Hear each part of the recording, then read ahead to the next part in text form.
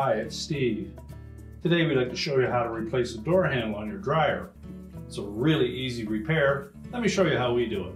Now to change the handle on this style of a dryer, we'll begin by opening the door completely. Then we'll remove the 2 screws that secure that handle to the inner door panel using a number 15 Torx screwdriver.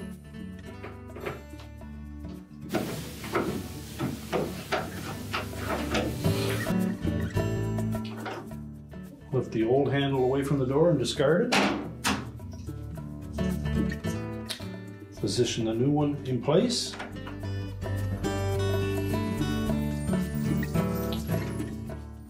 And then just reinstall the retaining screws.